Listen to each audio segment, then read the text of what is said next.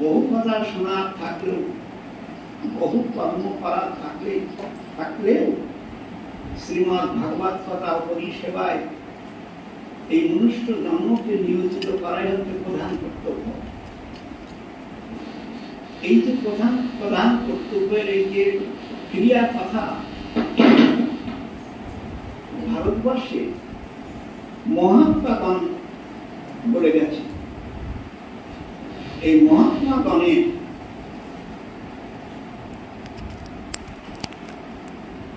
এই যে নির্দেশিত পথ, এই পথকে এই মনুষ্য জন্মে গ্রহণ করাই একান্ত কর্তব্য। মহারাজের অনুপ্রেরণায় এখানে আজকে এই যজ্ঞের আয়োজন করা হয়েছে। যে ভাগবত কথা, ভাগবত কথা শুনেছিলেন কে? প্রথম শুনেছিলেন পরীক্ষিত মহারাজ। হরে কৃষ্ণ। কেন শুনেছিলেন? তিনি শাপগ্রস্ত হয়েছিলেন যে তার মাত্র 7ম দিবস পরমায়ু। তিনি যখন জানতে পারলেন যে আমার 7 দিন মাত্র আমার এই ধরাভূমিতে আমি অবস্থান করব, তখন তার মায়ের কাছে শোনা একটা কথা মনে পড়ে গেল। কি কথা? তার মা উত্তরা বলেছিলেন, পরীক্ষিত যখন মাতৃগর্ভে, তখন অশ্বত্থামার ব্রহ্মাস্ত্রের রাত্রে মৃত্যু হবে। তার মৃত্যুর জন্য অশ্বত্থামা যে ব্রহ্মাস্ত্র প্রয়োগ করেছিলেন, সেই অস্ত্র অব্যাহত তোমার মৃত্যু হতো, আমার মাতৃগর্ভে তোমার মৃত্যু হতো।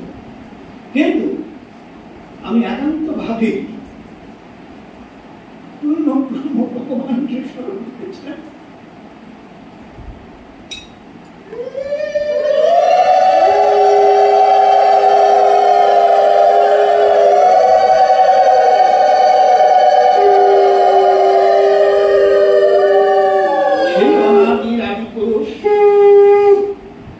এই মাতৃগর্ভে তোমাকে রক্ষা করেছিলেন। মহারাজ পরীক্ষিতের আজকে চৈতন্য হলো যে মাতৃগর্ভে যে ভগবান আমাকে রক্ষা করেছিলেন, আমার মায়ের আকুল প্রার্থনায় আমার এই দেহটা 7 দিন পরে থাকবে না। সুতরাং আমার এখন কর্তব্য কি? তখন তিনি সংসারের সমস্ত মায়া, সমস্ত বৈভব সবকিছু পরিত্যাগ করে তিনি প্রাগে উপবেশন করেছিলেন। আমরা এই কথা তো বারবারই শুনি নাকি? ভাগবতের প্রতিপাদ্য বিষয় হচ্ছে, তাই তো? আমিও কিন্তু সেই একই কথা বলবো নাকি? হরে কৃষ্ণ। মহারাজ পরীক্ষিতের এই যে আক্ষেপ অনুরাগ তৈরি হলো সংসারের প্রতি, তার মনের মধ্যে যে ভগবান আমাকে রক্ষা করেছিলেন, সেই ভগবানের পাদ পদ্ম আমি লাভ করতে চাই আজকে, এরকম একটা সংকল্প তার মধ্যে এলো। তাই তিনি সংসারের সমস্ত বৈভব পরিত্যাগ করে তার জ্যেষ্ঠ পুত্র জন্মেজয়কে রাজ্যভার দিয়ে তিনি প্রাগে উপবেশন করলেন। সেই প্রাগে যখন তিনি উপবেশন করলেন, তখন ভারতবর্ষের ঋষিরা হরে কৃষ্ণ মহারাজ পরীক্ষিতকে দর্শন করতে এসেছিলেন। কেমন এসেছিলেন?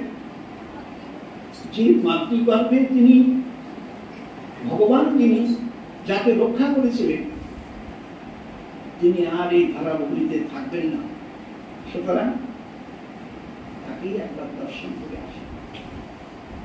মহারাজ পরীক্ষিত ব্রহ্ম সাপে লিপ্ত হয়েছে, মানে ব্রাহ্মণের সাপ। তার সাপে লিপ্ত হলে সাধারণত সে তো অপরাধী। সেই অপরাধীকে দর্শন করার জন্যই কিন্তু ভারতবর্ষের বিভিন্ন ঋষিরা সেখানে এসে হাজির হয়েছিলেন। তাই গৌর হরি বল হাজির হয়েছিলেন কেন? হরে কৃষ্ণ। মহারাজ পরীক্ষিত ভাগ্যবান, মহারাজ পরীক্ষিত ভাগ্যবান যে তার শুভ বুদ্ধির উদয় হয়েছে। সেই শুভ বুদ্ধি কি? ভগবানের চরণ লাভ করার বাসনা তার মধ্যে তৈরি হয়েছে। এই মনুষ্য জন্মে আমরা এসেছি আমাদের প্রত্যেককে চলে যেতে হবে, শুধু সময়ের। মহারাজ পরীক্ষিত বিশেষ ভাগ্যবান, তিনি জানতে পেরেছিলেন যে ৭০ দিবস পরে তার মৃত্যু হবে।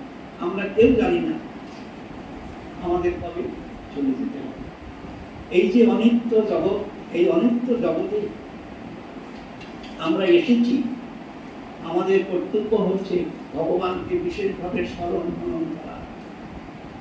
এই স্মরণ মনন করার যে পদ্ধতি এবং এই করলে কি হয় সেই কথাই শ্রীমদ্ ভাগবতের প্রতিপাদ্য বিষয়।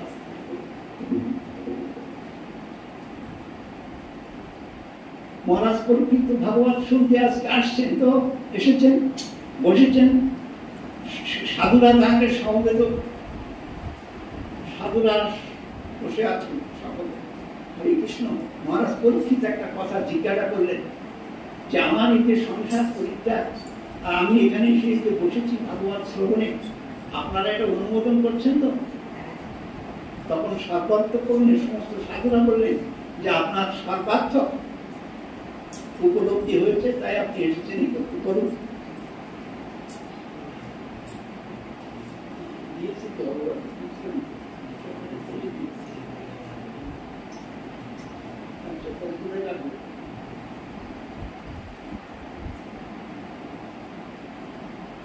হরে কৃষ্ণ। কিন্তু এখানে একটা বিশেষ কথা বলার আছে। মহারাজ পরীক্ষিত যখন রাজত্ব করছেন, এটা তো তার অন্তিম কাজ, কিন্তু যখন তিনি রাজত্ব করছিলেন আর ভগবান দাপর লীলা সম্বরণ করে প্রায় চলে যাবেন এই সময়কাল, আর কলির আগমন আর দাপরে লীলা, এই যে সময়কাল, এই সময়কালে মহারাজ পরীক্ষিত যজ্ঞ করেছিলেন। অশ্বমেধ যজ্ঞ করার পর তার মনের মধ্যে এমন একটা ভাবের উদয় হলো যে আমি একটু পর্যটন করে আসি আমার রাজধানী। হরে কৃষ্ণ। অশ্বপৃষ্ঠে সুসজ্জিত হয়ে তিনি পরিভ্রমণে বেরিয়ে রাস্তায় যেতে যেতে এক অদ্ভুত দৃশ্য দর্শন করলেন। কি দেখলেন? তিনি দেখলেন যে একজন শূদ্র রাজা, হরে কৃষ্ণ, একটা গাভীকে পদাঘাত করছে। আপনার পাশেই একটা বৃষ দাঁড়িয়ে আছে, এক পদতা, সাধারণত 4খানা পদ হয়, তার 1খানা পদ দিয়ে সে দাঁড়িয়ে আছে। আর গাভীটিকে এই শূদ্র রাজা বারবার পদাঘাত করেছে, আর ক্রন্দনরত অবস্থায় এই গাভী এই যে নির্যাতন সে সহ্য করছে, নির্দ্বিধায়, কোনো প্রতিবাদ করছে না সে। হরে কৃষ্ণ। রাজা পরীক্ষিত এই দর্শন করি সঙ্গে সঙ্গে তিনি অশ্বপৃষ্ঠ থেকে নিচে নেমেই সঙ্গে সঙ্গে তরোয়াল বের করে সেই শূদ্র রাজাকে নিধন করার জন্য উদ্যত হলেন। আর সঙ্গে সঙ্গে সেই রাজা মহারাজ পরীক্ষিতের চরণে শরণাগত হলেন, একান্ত ভাব শরণাগত হলেন। রাজা, আমাকে আপনি হত্যা করবেন না, আমার প্রতি আপনি প্রসন্ন হন, আমাকে আপনি ক্ষমা করুন। রাজা দয়ালু ছিলেন। মহারাজ পরীক্ষিত খুব সৎ এবং শুদ্ধ চিত্তের রাজা ছিলেন। কেন ছিলেন? তার যে বংশ, সেই বংশ অত্যন্ত উত্তম।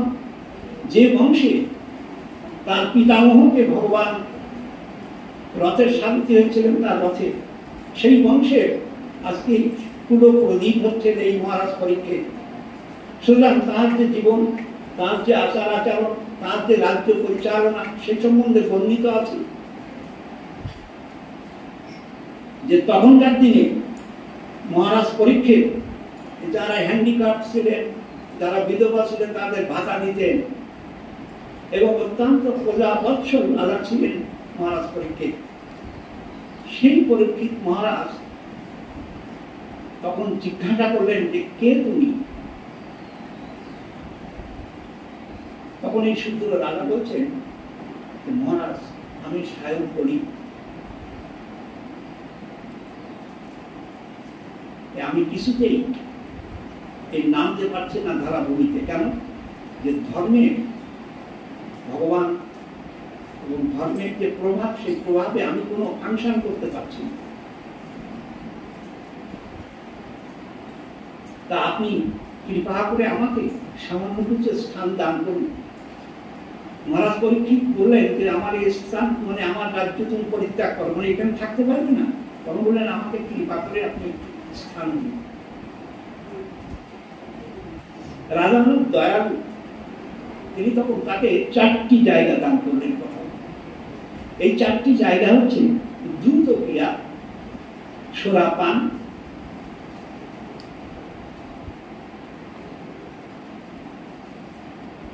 পর নারীর দ্বার পরিগ্রহ এবং মিথ্যা। 4টি জায়গা যখন পেলেন কবি, 4টি জায়গা যখন পেলেন তখন বলছেন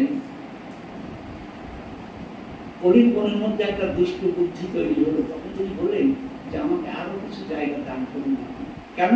বললেন আমার অনেকগুলো পরিবার, আমার সংসার অনেক বড়, সুতরাং আপনি আর কিছু জায়গা আমাকে দান করুন। তখন মহারাজ পরীক্ষিত স্বপ্নকেও কলির অবস্থান সম্বন্ধে বলেছিলেন। কিছু কিছু গ্রন্থে 8টা জায়গার কথা বলা আছে, কিন্তু আমি 5ম জায়গার উপরে কথা বলি, কারণ বেশিরভাগ প্রামাণ্য গ্রন্থে 5ম জায়গার কথা বিশেষভাবে বলা আছে। কলি প্রসন্ন হয়ে যখন চলে গেলেন তখন এই গাভীকে জিজ্ঞাসা করছেন মহারাজ পরীক্ষিত যে আপনি বা কে, আর আপনি কাঁদছেন বা কেন?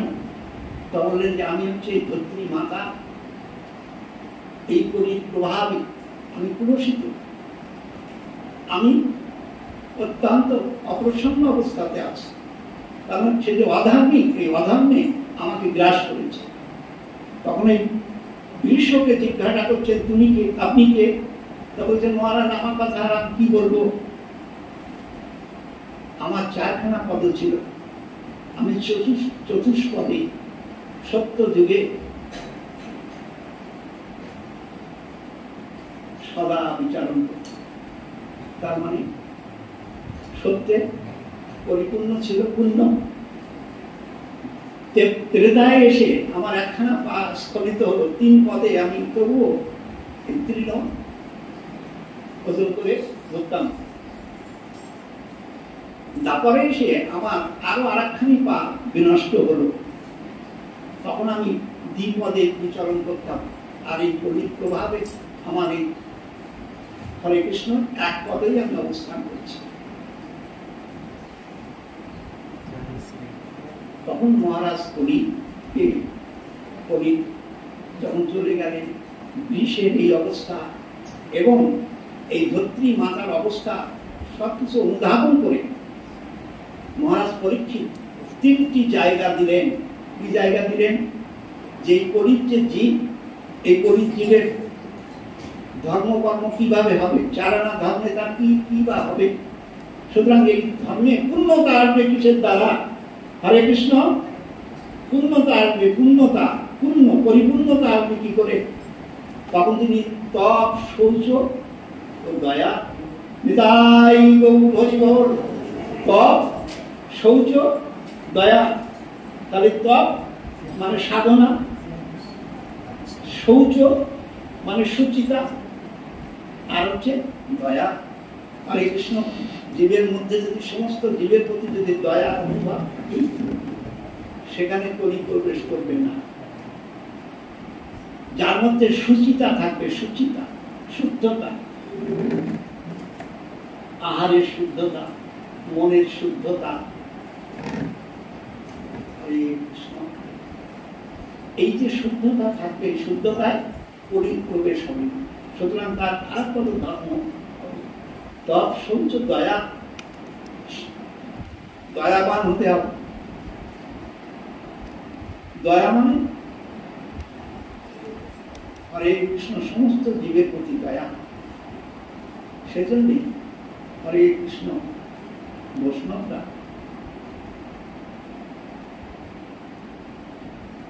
আমিষ আর করেন, কারণ কেউ অপরাধ দেবেন না।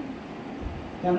কোন জীবের প্রতি তাদের দয়া পরবশে তারা এই সমস্ত দ্রব্য গ্রহণ করেন না।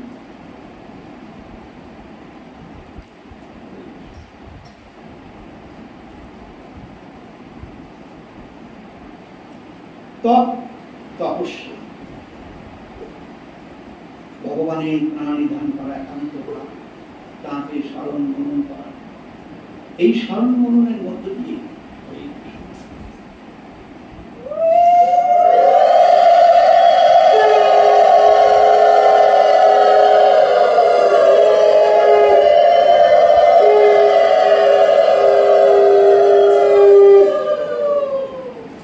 ভগবানের একান্ত করুণা লাভ করতে পারবে।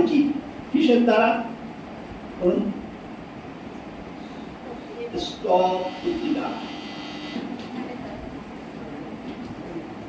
এই ধ্যানের অনেক রকম ব্যাখ্যা আছে। ধ্যান বলতে হরে কৃষ্ণ, এই যে পার্থিব জগতে আমরা মন্দিরে যে 8 ঘন্টা 45 মিনিট 1 ঘন্টা ধরে পূজা অর্চনা ইত্যাদি করি, ভগবানের নামে বিভিন্ন ভোগ রাগ অর্চনা ইত্যাদি করি, এই পার্থিব জগতে ভগবান সবকিছু যা দেওয়া হয় সবকিছু গ্রহণ করেন না। তাহলে কি এই জিনিস করা হবে না? অবশ্যই করতে হবে।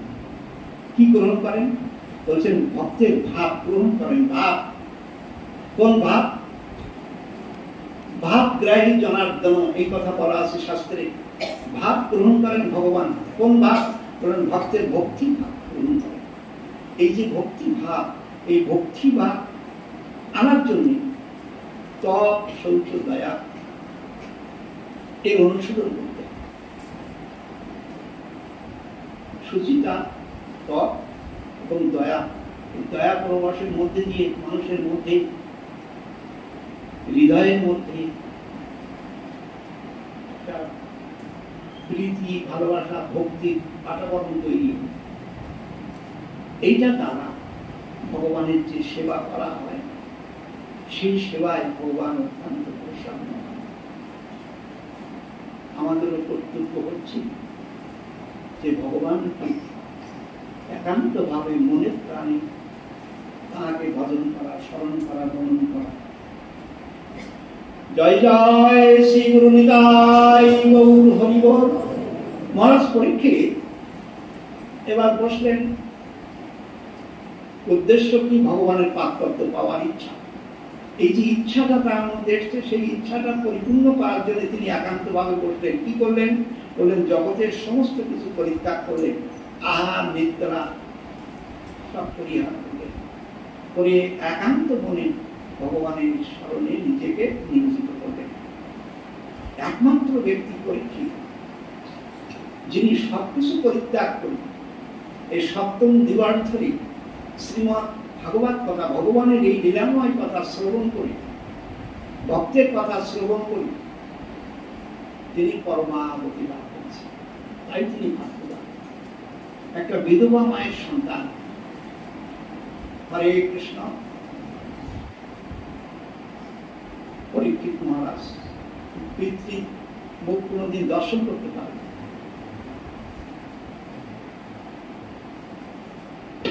অথচ তিনি ভগবানের করলেন সপ্তম দিবার্থে শ্রীমৎ ভাগবত কথা শ্রবণ করে ভগবানের পাদপদ্ম লাভ করলেন। আর দ্বারা গুরুর দ্বারা, গুরুদেবের দ্বারা সুখদেব তাকে গুরু রূপে এসে হাজির হলেন। তার সম্মুখে বললেন, মহারাজ আপনাকে আমি ভগবানের চরণ পাইয়ে দিয়ে স্থান ত্যাগ করবো। কত বড় কথা!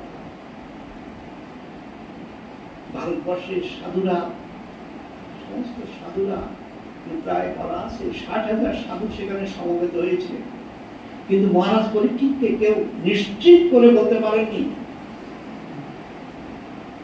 যে ভগবানের এই কর্মের দ্বারা লাভ হবে। কি বলেছিলেন তারা? তারা বলেছিলেন যে মহারাজ আপনি তো রাজা, আপনি দান করুন, তো যজ্ঞ করুন, শাস্ত্রে দানের কথা বলা আছে।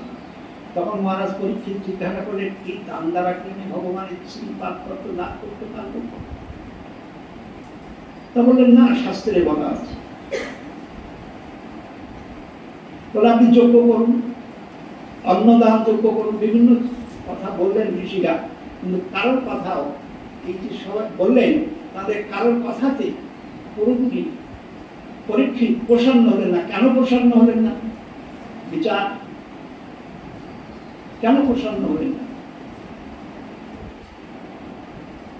কারণ মহারাজ পরীক্ষিত ভাগ্যবান, তিনি ভগবানের পাত্র অবশ্যই লাভ করবেন।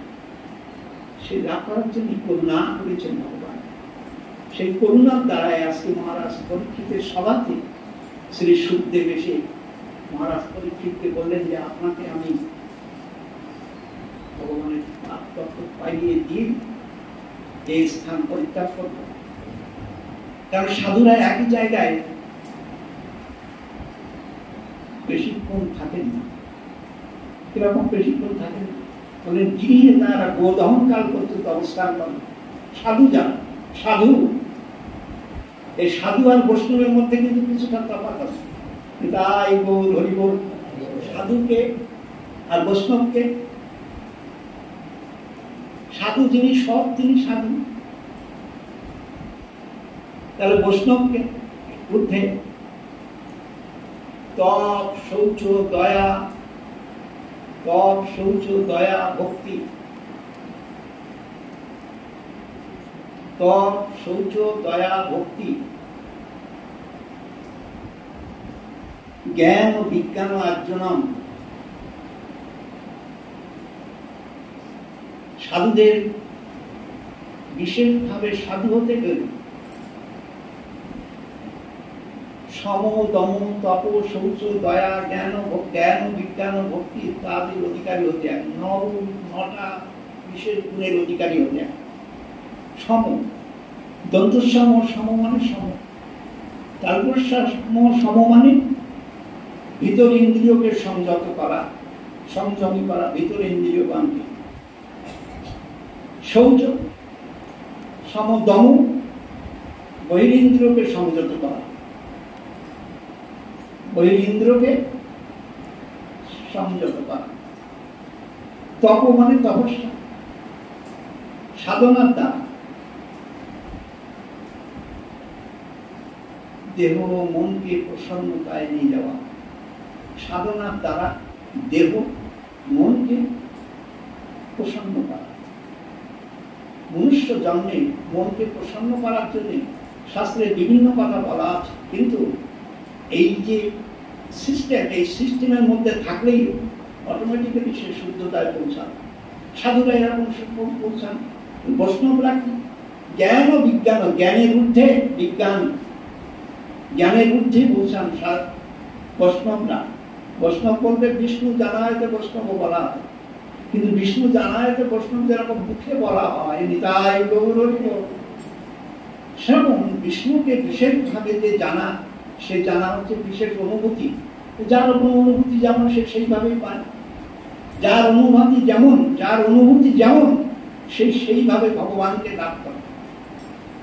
মহারাজ পরীক্ষিত একান্তভাবে ভগবানের পাদপদ্ম লাভ করলে একদম কনসেন্ট্রেট, তার একদম মনে একদম সম্পূর্ণ একই জায়গাতে অবস্থান করছে।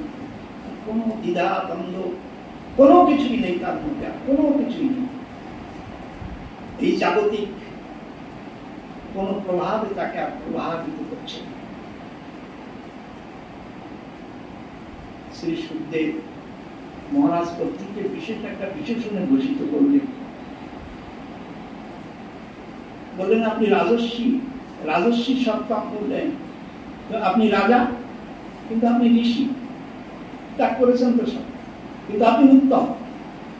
আপনার সঠিক সিদ্ধান্তটা আপনার মধ্যে, সঠিক সিদ্ধান্ত। এই সঠিক সিদ্ধান্তের জন্য দরকার হচ্ছে জ্ঞান। জ্ঞান লব্ধা পরম শান্তি। জীবের জ্ঞান লাভ না হলে জ্ঞানের মধ্য দিয়ে হরিবল ভক্তি লাভ করতে হয়। যে ভক্তি জ্ঞানের মধ্য দিয়ে জীবের মধ্যে আসে, সেই ভক্তি হচ্ছে কি? বিশুদ্ধ ভক্তি। হ্যাঁ, হরে কৃষ্ণ। বিশুদ্ধ ভক্তি বলতে কি বোঝায়? হরে কৃষ্ণ। যে ভক্তিতে শুদ্ধতা আছে, আমি বুঝবো কি করে শুদ্ধতা? নিতাই গৌর হরে কৃষ্ণ। শুদ্ধতা কি করে বুঝবো? শুদ্ধতা হরে কৃষ্ণ জীবের যখন জীবের মধ্যে যখন জ্ঞানের পরিপূর্ণতা আসে, যাকে বলে বিজ্ঞান, জ্ঞান এবং বিজ্ঞান। জ্ঞান জ্ঞান তো জ্ঞান আমরা সবাই জ্ঞানী, কিন্তু বিজ্ঞান জ্ঞানের ঊর্ধ্বে।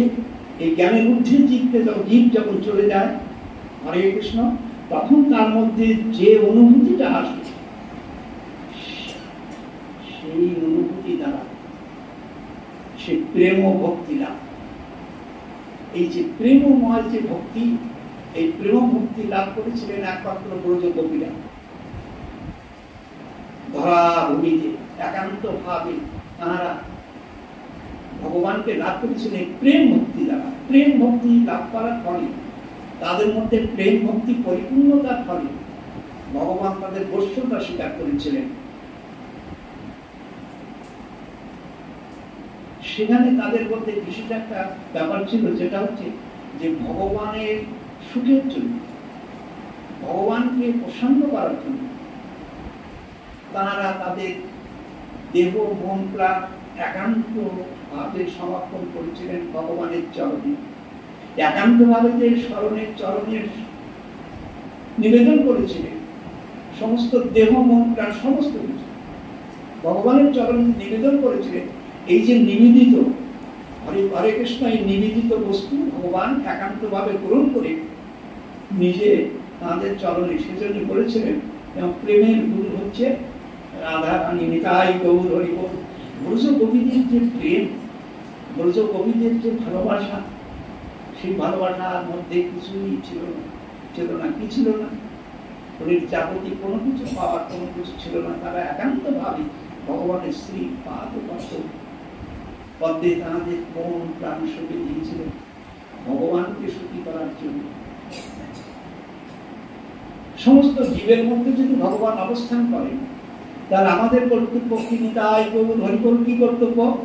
সমস্ত জীবকে হরিবল ভগবান অবস্থান করছেন এরকম ভাবাতো নাকি?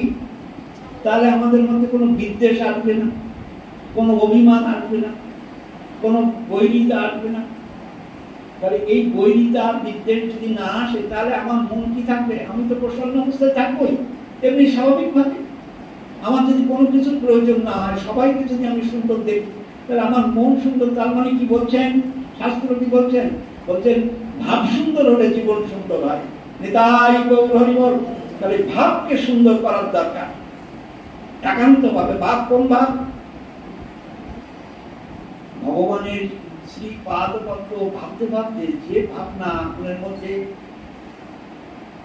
প্রগাঢ় রূপে অবস্থান করে, সেই ভাবটা, সেই ভাব যখন আমার মনের মধ্যে আসবে, তখন তো আমি এমনি প্রসন্ন হয়ে যাব। ভগবানের সঙ্গে আমার দর্শন হবে কিনা তো পরের কথা, কিন্তু আমি তো এই জগতে ধারাভূমিতে এসে যে দুঃখ কষ্ট নানা রকম অসুবিধার মধ্যে জীবন কাটাচ্ছি, এর থেকে তো আমি নিষ্কৃতি পাবো। এইটাই হচ্ছে এই জগতের সংক্ষিপ্ত সময়ের আনন্দ।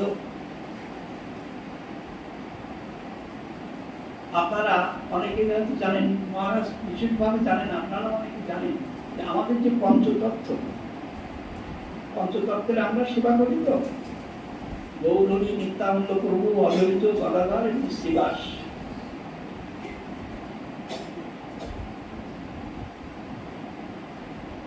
এই যে শ্রীবাস এবং অদ্বৈত প্রভু এবং মহাপ্রভুর পিতা, এই ভারতবর্ষে তখন এরকম বিভাজন ছিল না, একই দেশ ছিল।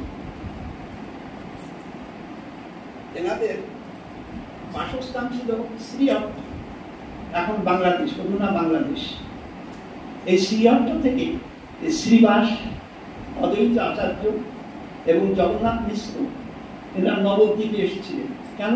তখন নবদ্বীপ ছিল এই ভারতবর্ষে শিক্ষা জ্ঞান চর্চার বিশেষ জায়গা। এখানে এসেছিলেন তারা শিক্ষা জ্ঞান অর্জনের জন্য। মহাপ্রভুর জন্ম তো এখানে, কিন্তু মহাপ্রভুর পিতা শ্রীহট্টে বাড়ি ছিল, এখন যেটাকে বলা হয় সিলেট। শ্রীবাস, এই শ্রীবাস ভক্ত ছিলেন না। এখানে এসে তিনি ন্যায় শাস্ত্রের উপরে পড়াশোনা করতেন। ভারতবর্ষে বিভিন্ন শাস্ত্রের এরকম বলা আছে, দ্বৈতবাদ, অদ্বৈতবাদ,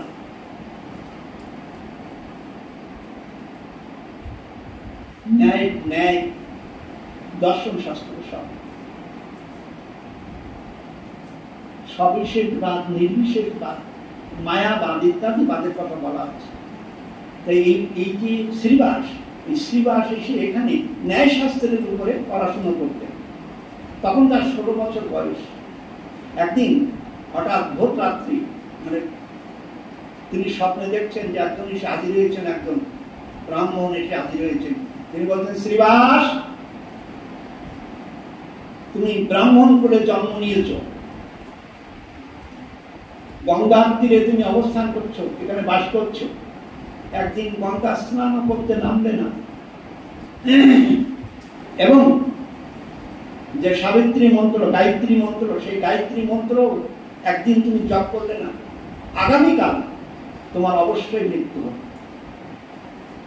ব্রাহ্মণের এই কথা শোনার সঙ্গে সঙ্গে শ্রীবাসের ঘুম ভেঙে গেল। সে তখন দেখলো যে আমি স্বপ্নেতে এই কথা শুনেছি, জেনেছি। জানার পর মনের মধ্যে ভীষণ একটা ভয় উৎপন্ন হলো। যখন ভয় উৎপন্ন হলো তখন তিনি ভাবলেন যে আমি যখন এই স্বপ্নে যখন দেখেছি আর ব্রাহ্মণ যখন এসে এইভাবে বললেন, তখন আমার অভ্যার্থ মৃত্যু। তা মৃত্যু যখন হবে তখন হরে কৃষ্ণ, তখন অন্তত গঙ্গায় ডুব দিয়ে দেখি, অন্তত বলতে পারবো তো যে আমি একদিনের জন্য গঙ্গা স্নান করেছি, কারণ আমার তো খুব নিম্ন স্থানে অবস্থান হবে। তারপর জমপুরীতে এক কথা, গঙ্গা স্নানে গেলে গঙ্গাকে যথাযথভাবে প্রণাম করি, গঙ্গায় নামলেন, স্নান করলেন, স্তবস্তুতি করলেন, জল সিক্ত বস্ত্রে আসছে। যখন আসছেন, আপনারা নিশ্চয়ই গেছেন, চৈতন্য ডুবায় গেছেন তো, নাকি অনেকেই গেছেন? ওখানে দেবানন্দ পণ্ডিতের একটা মঠ আছে, জানেন তো? ওই দেবানন্দ পণ্ডিত তখনকার দিনে মাস্টার ছিলেন, প্রাইভেট মাস্টার, পড়াতে। কি পড়াতেন ছাত্রদের? তখনকার দিনে তো রবীন্দ্রনাথ ছিলেন না, মাইকেল মধুসূদন ছিলেন না, হ্যাঁ, হরে কৃষ্ণ নজরুল ছিলেন, কেউ ছিলেন না। কে ছিলেন তখন পড়ানো হতো? হরে কৃষ্ণ, এই শ্রীমদ ভাগবত, আর কালিদাসের ওই কুমার সম্ভাবা কাব্য, মেঘদূত কাব্য, এইসব পড়ানো হতো। সেদিন শ্রীবাস যখন আসছেন, ঠিক সেই সময় সকালবেলা দেবানন্দ পণ্ডিত কয়েকজন ছাত্রদের নিয়ে পড়াচ্ছেন। কি পড়াচ্ছেন সেদিন? যে ভগবান, সেই পূর্ণ ব্রহ্ম ভগবান বৃন্দাবনে আবির্ভূত হয়েছে, তার মাতা যশোমতী মাতা তাকে সাজিয়ে গোঠে পাঠাচ্ছে, চূড়া, ধরা, নকুল ইত্যাদি সব কিছু করিয়ে সুন্দর করে সখাগণকে সঙ্গে নিয়ে গোপাল কৃষ্ণ ভগবান গোচরণে চলেছে। ঠিক এই জায়গাটা শ্রীমদ ভাগবতের দশম স্কন্ধে পড়াচ্ছে। আর ছাত্রদের বলছেন যে তোমরা মন দিয়ে পড়ো, আগামী কয়েকদিনের মধ্যে তো পরীক্ষা, সুতরাং তোমরা মন দিয়ে পড়ো, এটা শোনাচ্ছেন। শ্রীবাস যখন ওখান থেকে যাচ্ছেন, তখন তার মনের মধ্যে একটা ভাবনা এলো যে আমার তো আজকেই মৃত্যু, কারণ এই সূর্য উদয় হয়েছে। সুতরাং এই ভাগবত কোনোদিন তো আমি শুনিনি, ভাগবতের কোনোদিন ভাগবত শোনার জন্য আমার কোনোদিন মনের মধ্যে আসক্তি জন্মায়নি। আজকে আমার যখন মৃত্যু অনিবার্য আমি যখন জেনেছি, তখন অন্তত একটু সময় ভাগবত শ্রবণ করে যাব। গঙ্গা স্নান তো হলো, ভাগবত শ্রবণ হলো। দেবানন্দ পণ্ডিত তখনকার দিনের দালান বাড়ি টাড়ি ছিল না, চুটি দিয়ে অভাব ছিল, অনেক উঁচু ছিল, কারণ গঙ্গার ধার তো সবসময় জলশ্বাসে ভেসে যেত। উঁচু ভিত করে সেখানে সেই ঘর ছিল, সেই ঘরের বারান্দাতে বসে দেবানন্দ পণ্ডিত ছাত্রদের সঙ্গে পড়াচ্ছেন। শ্রীবাস সেই সিক্ত বস্ত্রে ওখানে যে ওই ছাত্রদের থেকে একটু দূরে, এই যেমন আমি বসে আছি এরকম দূরে যে বসলেন, হঠাৎ ওই পড়াতে পড়াতে দেবানন্দ পণ্ডিতের নজর শ্রীবাসের মধ্যে পড়ল। তা বললো যে আপনি আমার প্রতি অপ্রসন্ন হবেন না, আমি এখানে বসে আপনি এই শ্রীমদ ভাগবত কথা শোনাচ্ছেন, আমি শ্রবণ করছি, আমি আপনাদের কোনো রকম ডিস্টার্ব করব। ঠিক আছে, দেবানন্দ পণ্ডিত এবার আবার তার ছাত্রদের প্রতি মনোনিবেশ করে পড়াতে লাগলেন। শ্রীবাস বসে শুনছেন শ্রীমদ ভাগবত কথা। এই মুহূর্তটা অল্প সময় শুনেছেন, এমন সময় হঠাৎ তার সম্মুখে তিনি দেখছেন যে এক অশুভ মূর্তি স্বরূপ এক দূত এসে হাজির হয়েছে। সে বলছেন, শ্রীবাস, আমি নিতে এসেছিলাম তোমাকে, কারণ আজকে তোমাকে চলে যেতে হবে, কিন্তু তুমি শ্রীমদ ভাগবত কথা হরি কথা শ্রবণ করছো বলে আমি তোমাকে নিয়ে যেতে পারলাম না। তবে আমি যখন এসেছি তখন তোমাকে একটা ধাক্কা দিয়েই যাই, আমার কর্তব্য কিছু না কিছু করে দেন। হরে কৃষ্ণ। শ্রীবাসকে ধাক্কা মারার সঙ্গে সঙ্গে ওই শ্রীবাস ওই বারান্দা থেকে নিচে দম করে নিতাই গৌর পড়ে গেলেন। যখন পড়ে গেলেন তখন দেবানন্দ পণ্ডিত হঠাৎ উঠে দাঁড়ালেন। ছাত্ররা বিচলিত হল, সঙ্গে সঙ্গে নিচে এসে শ্রীবাসের শুশ্রূষা করতে লাগলো, মাথায় জল দেওয়া ইত্যাদি ইত্যাদি করা। যখন অজ্ঞান হলে মানুষের যে অবস্থা হয়, যখন করতে লাগলেন তখন মনে মনে দেবানন্দ পণ্ডিত অত্যন্ত অসন্তুষ্ট হলেন যে আমি সকালবেলায় একটা মোটামুটি মনোবৃত্তি নিয়ে ছাত্রদের করাচ্ছি, তার মধ্যে এই উৎপাত এসে বিঘ্ন ঘটালো। অত্যন্ত ক্রোধান্বিত হয়ে তিনি দাঁড়িয়ে আসেন, কিছু বলছেন না, কারণ সে তো মৃত্যুবৎ অবস্থায় অবস্থান করছে। তাকে গরম দুধ এনে তখন সেবার শুশ্রূষা করে তখন তাকে ভালো করে তুললেন। তখন শ্রীবাস বলছেন, আমার প্রতি আপনি গুরুত্ব হবেন। তাকে বলছেন দেবানন্দ পণ্ডিত, কেন? বলছেন যে আপনি আমাকে আজকে যে উপকার করলেন, আমার আজকে মৃত্যুর দিন, কিন্তু আপনার মুখ কদমে এই শ্রীমদ ভাগবত কথা শ্রবণ করি আমি আবার আয়ু প্রাপ্ত হলাম, আমার এই মৃত্যু চোখ কেটে গেল।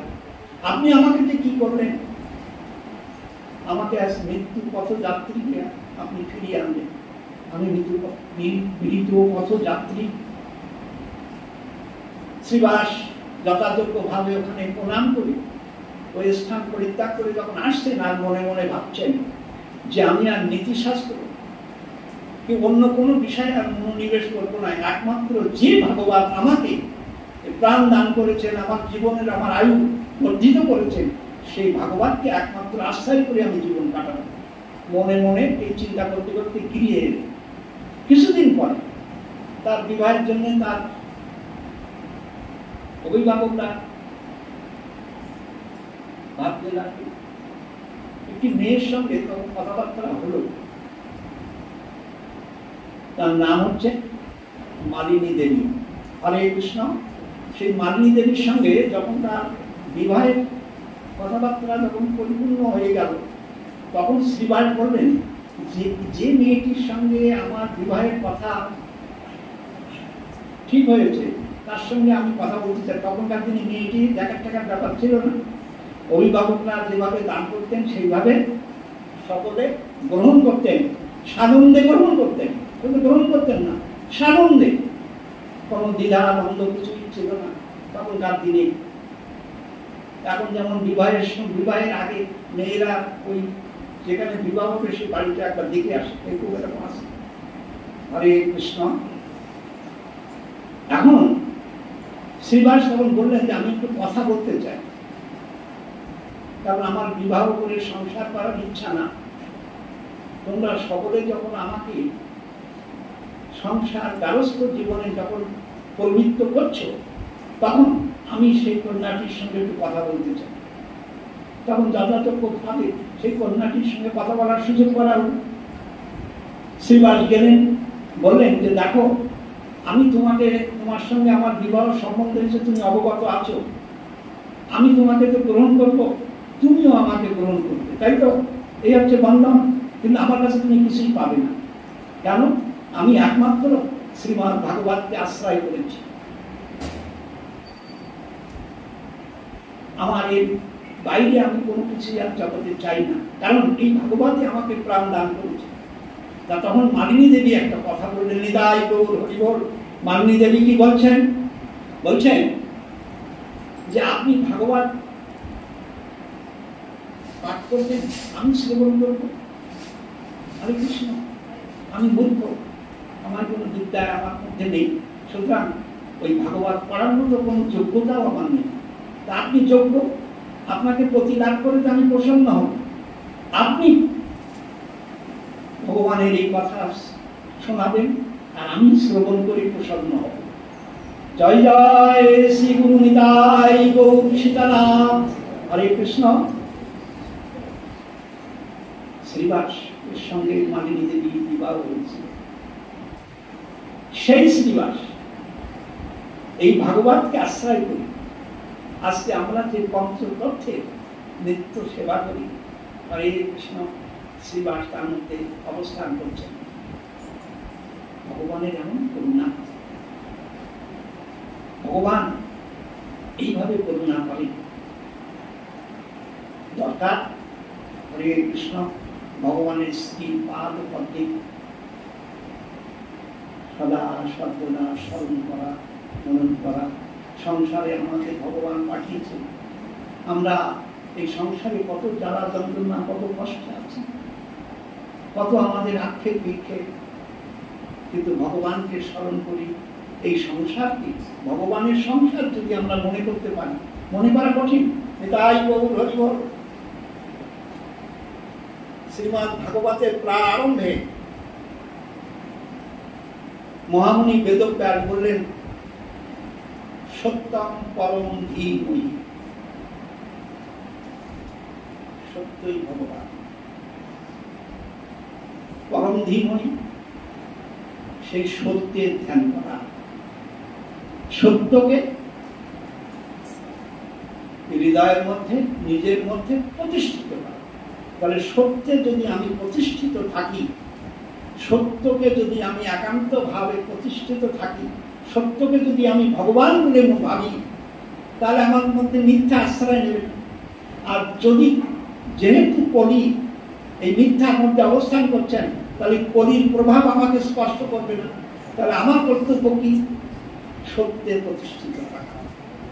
এই সত্যে প্রতিষ্ঠিত থাকার জন্য দরকার হচ্ছে ভগবানের শ্রী পাদ পদ্ম একান্ত ভাবে স্মরণ মনন করা। এই স্মরণ মনন করতে করতে করতে করতে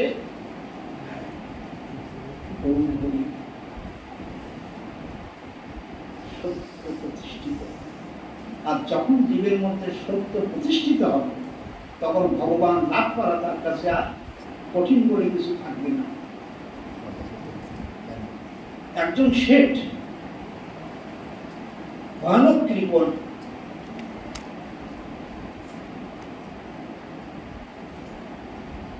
লক্ষ কোটি টাকার মালিক, কোনদিন ভগবানের সেবা অর্চনা আদি কোন কর্মে সে যুক্ত থাকে না। সে বিষয় বৈভাবে পরিপূর্ণ অবস্থা আছে, কিন্তু তার কিছু বন্ধু বান্ধব ছিল, তারা ভক্ত ছিল, তারা কিছু কিছু ভগবানের অর্চনা আদি ভাগবত শ্রবণ ইত্যাদি ইত্যাদি কর্মের মধ্যে তারা যুক্ত ছিল। তা বারবার বলতো যে সে, এ বন্ধু, তুমি এত ধন ঐশ্বর্যের মালিক, এ তো কেউ কিছুই সঙ্গে যাবে না, সুতরাং আমাদের সঙ্গে চলো একটু। আচ্ছা, হরিবল গুরুদেবের চরণ আশ্রয় করে ভগবানের হরিকথা শ্রবণ করে তার সেবা অর্চনা আদিতে তুমি যুক্ত থাকো। সে বলতো যে ওসব আমার সময় নেই, সব করা। এই করতে করতে তার একটা সময়কাল এলো, বয়স হলো। তখন সে মনে করলো, এই যে জগৎ সংসারে আমি আছি, আমার বন্ধুরা কত প্রসন্ন অবস্থায় আছে, কিন্তু আমার তো কোনো প্রসন্নতা নেই।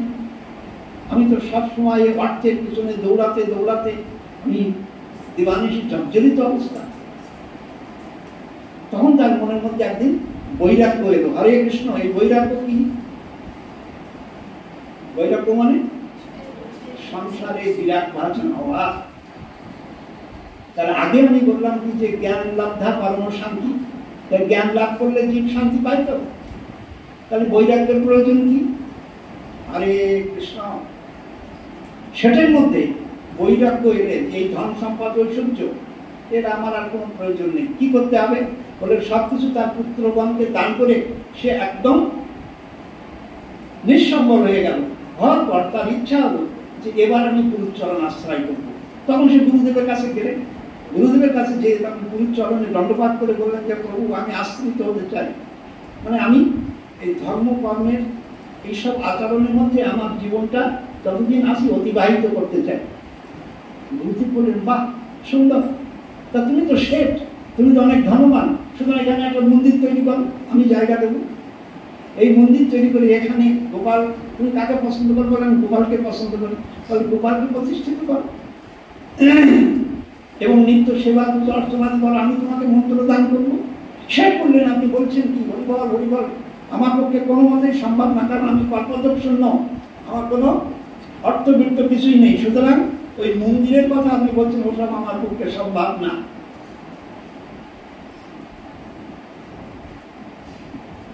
তখন গুরুদেব শেঠকে বললেন যে তোমার মন্দির প্রতিষ্ঠা করার প্রয়োজন নেই, কি করবে? তো বললেন যে আমি তোমাকে যে মন্ত্র দান করবো সেই মন্ত্র মনে মনে স্মরণ করবে। আর কি করবে? বললেন গঙ্গা স্নান করে আনবে। এই গঙ্গা স্নান করে এসে ওই যে বালুকাময় জায়গা, ওখানে একটা আসন নিয়ে তুমি বসবে, বসে মনে মনে ভাববে যে আমি এবার একটা মন্দির তৈরি করলাম, সেই মন্দির অনেক সুন্দরভাবে সাজালাম, এবার সেখানে একটা স্বর্ণ সিংহাসন বসালাম, সেই সিংহাসনে গোপালকে বসালাম, সেই গোপালকে আমি এইবার মালা চন্দন দিয়ে সুসজ্জিত করলাম। এবার গোপালকে সকালবেলায় ভোগ দেবে, দুপুরে ভোগ দেবে এবং সন্ধ্যাকালে ভোগ দেবে। সকালে কি ভোগ দেবে? বলেন বাচ্চা তো, গোপাল তো, সকালে দুধ গরম করে তাতে অল্প একটু মিষ্টি দিয়ে গোপালকে সেবা দেবে তুমি। এতে তোমার পয়সা লাগবে না, সুতরাং এটা পারবে তো? তাহলে হ্যাঁ, পয়সা খরচ যখন হবে না তখন আমি এই কাজ করতে পারবো। হরে কৃষ্ণ। গুরু তাকে মন্ত্র দান করলেন, গোপালকে নিবেদিত মন্ত্র দান করলেন এবং এই মনে মনে স্মরণ করলেন। সে কি করলো? সে গঙ্গায় নামলো, গঙ্গায় নেমে স্নান করলো। স্নান করার সঙ্গে সঙ্গে সে এসে ওখানে বসলো। বসার সঙ্গে সঙ্গে গুরুদেব যেভাবে বলেছিলেন যে এবার একটা মন্দির তৈরি হয়ে গেল, আস্তে আস্তে আস্তে আস্তে মন্দিরটা সুন্দর হয়ে গেল। সেই মন্দির নানা রকম কারুকার্যে সুসজ্জিত হলো। এবার রত্ন সিংহাসনে এসে হাজির হলো। সেই সিংহাসনে আমি এবার গোপালকে প্রতিষ্ঠিত করলাম। এইবার গোপালকে মাল্য চন্দন দিয়ে আমি সুসজ্জিত করলাম। এবার আমি ভোগের থালা দিয়ে হরে কৃষ্ণ সাজালাম। তারপরে কি? দুধ সকালবেলায়, তখন দুধটা গরম করলাম। এবার গ্লাসে করে দুধটা দিলাম, তাতে একটু চিনিও দিয়ে দিলাম। দিয়ে এবার গোপাল তুমি সেবা করো, মন্ত্র যেভাবে গুরুদেব দিয়েছে সেই মন্ত্রের সেবা করতে পারো। দুপুরবেলা সন্ধ্যাবেলা একভাবে করতে করতে করতে করতে করতে হরে কৃষ্ণ কি ঘটলো? করতে করতে করতে করতে সেটার মধ্যে একটা অনুভূতি তৈরি হলো। সে যখন স্নান করে গঙ্গার থেকে যখনই ওঠে তখন তার মধ্যে মনে হয় যে সম্মুখে মন্দির। পরিপূর্ণ যে ভাবটা প্রতিদিন সে ভাবত, সেই ভাবটা এত দৃঢ় থেকে দৃঢ়তর তার হৃদয় মন্দিরে অবস্থান করছে, তখন সে একদম মানে ওখানে যে বসার সঙ্গে সঙ্গে সে আর ওই ধুলা কি কি অবস্থায় বসে আছে, সে একদম মন্দিরে যে এরকম বসে আছে, সেই মন্দিরে গোপালকে সেবা দিচ্ছে। এখন সেদিন ওই গোপালকে এরকম সেবা দিচ্ছে, তো সকালে সেবা দিতে দিতে দুধ গরম করে এবার গ্লাসে করে দিয়েছে দুধ। গোপাল তুমি এবার খাও। তখন ওই এরকম কটু নিয়ে সেই কটুর থেকে এরকম চিনি এইভাবে নিতাই গৌর করে ওর ভেতর ঝেড়েছে, ঢাললে খানিকটা চিনি বেশি পড়ে গেছে। কোথায়? দুধে। যেই পুড়ে পড়েছে ওর সঙ্গে সঙ্গে সে মনে করলো যে চিনিটা বেশি পড়েছিল, এটা থাকতে তো আর একবার দেওয়া যাবে। ওর সঙ্গে সঙ্গে হাত ঢুকিয়ে দিয়েছে ওই গ্লাসের ভিতরে। হরিবল। যেই হাত ঢুকিয়ে দিয়েছে সঙ্গে সঙ্গে গোপাল এসে হাত এটি ধরেছে। যেই হাত এটি ধরেছে তখন বলছেন, গোপাল তুমি এসেছো? তাহলে আসবো না, তুমি মহাকঞ্জুস। একটু চিনি বেশি পড়েছে, কিনতে হলো না, কিছুই না, আর একটু বেশি পড়েছে সেটা তুই তুলে নিচ্ছিস, তুই মহাকঞ্জুস।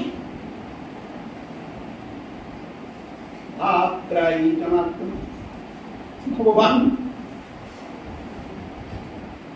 ভক্তি একান্ত ভাব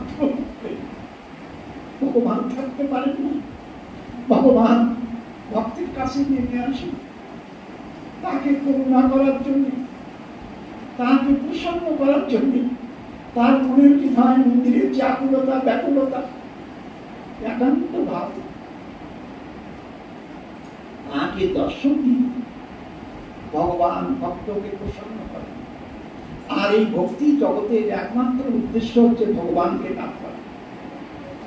এই জগতে ভগবানকে লাভ করার জন্য বহু পথের কথা বলা আছে, কিন্তু একমাত্র সুনির্দিষ্ট পথ হচ্ছে ভক্তি। এই ভক্তি যার আছে ভগবান তার কাছে পাবে। হরে কৃষ্ণ। ভক্তি এমন ধন, এই ভক্তি ধন যার আছে তার জগতের সবকিছু আছে। যার ভক্তি নেই তার সবকিছু থাকা সত্ত্বেও কিছুই নেই।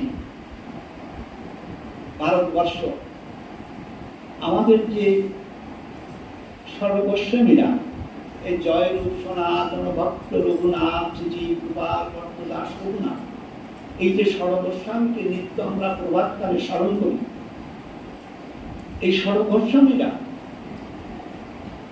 চৈতন্য মহাপ্রভু আবির্ভাবের পর এনাদের সঙ্গে যখন সাক্ষাৎ হয়েছিল তখন মহাপ্রভু বলেছিলেন যে তোমরা এই ভারতবর্ষে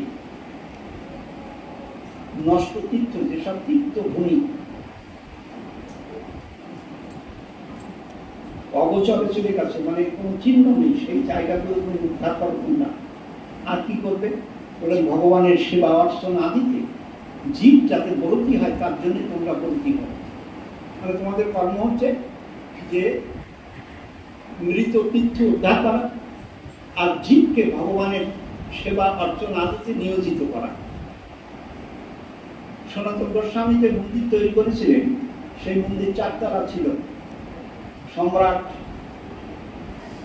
অরঙ্গজেব যখন দিল্লিতে রাজত্ব করেন তখন কামান দিকে তার দুটি তালা ভেঙে দিয়েছিলেন, আর দুটি তালা ছিল। আমি যে প্রসঙ্গে বলতে চাইছি সেটা হচ্ছে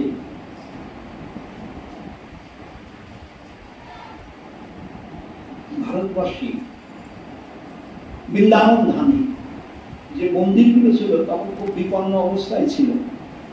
তখন জয়পুরের রাজা এসেছিলেন যে এই বিগ্রহকে রক্ষা করার কিছু ব্যবস্থা করা যায় কিনা।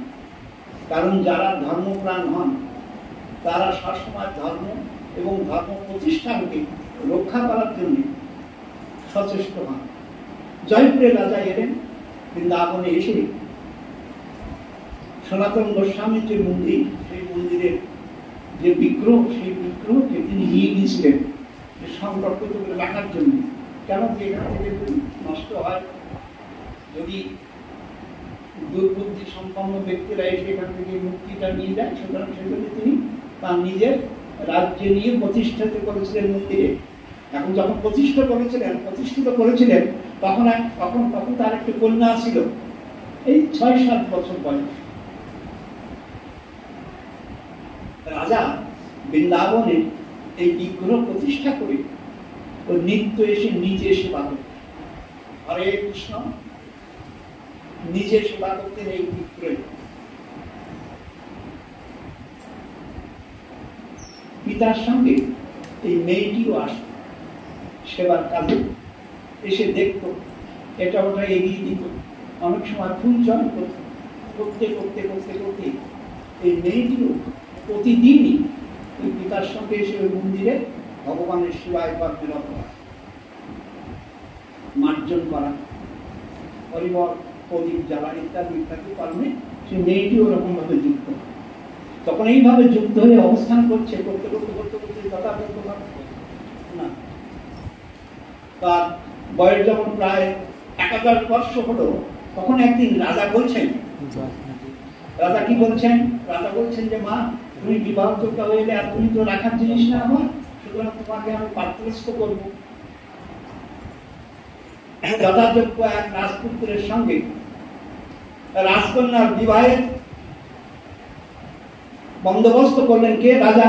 কোন রাজা? জয়পুরের রাজা। জয়পুরের রাজা যখন বন্দোবস্ত করলেন তখন মেয়েটি তো সাধারণত তার একটু মতামত নেওয়ার দরকার, তো বলছেন মা তোমাকে পাঠ্যস্ত করবো। তা বললেন যে তা তো করবে, কিন্তু আমার তো একটা দাবি আছে তোমার কাছে বাবা। বললেন কি? তা বললেন আমি তো তোমার কাছে কিছুই চাই না, কারণ আমি যেখানে যাচ্ছি সেখানে তো আমার ধন ঐশ্বর্যের কোনো অভাব নেই, কিন্তু তোমার এই যে বিগ্রহ, এই বিগ্রহটা আমাকে দিতে হবে, এটাকে আমি নিয়ে সঙ্গে যাব, কারণ আমি মনের প্রাণী এই বিগ্রহকে ভালোবেসে ফেলেছি।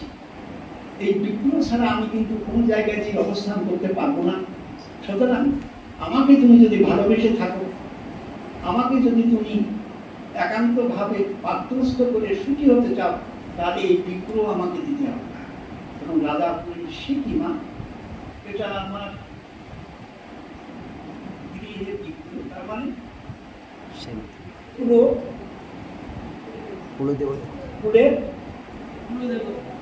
দেবতা হরিবল কুল দেবতা, এই কুল দেবতা তো দেওয়া সম্ভব না। তা বললেন যে না পিতা, তাহলে আমি বিবাহ করতে রাজি না। রাজা সংকটে পড়লেন। তখন তার মন্ত্রীদের ডেকে জিজ্ঞাসা করলেন যে উপায় কি? আমি তো এরকম উভয় সংকটে পড়েছি। সংকট মানে কন্যার কথা, কন্যার বিবাহের কথা, দুটো তো সংকট। আমাদের জীবনে এই সংসারে সংকট আসে। স্ত্রী এমন ভাবে কথা বলছেন, তার মায়ের সঙ্গে, তার মানে শাশুড়ির সঙ্গে তার সম্পর্ক ভালো না। সে বলছেন তোমার মা আমাকে এরকম সব কথাবার্তা বলেছে, এগুলো কাঁদতে লাগলো রাত্রি অফিস থেকে ফিরবে। আর ছেলেটি যদি মাকে কিছু বলে তাহলে মা দুঃখ পাবে, অপরিসন্ন হবে। তাহলে এই যে উভয় সংকট, এই উভয় সংকটে পড়লেন রাজা। যখন উভয় সংকটে পড়লেন তখন তিনি কি করলেন?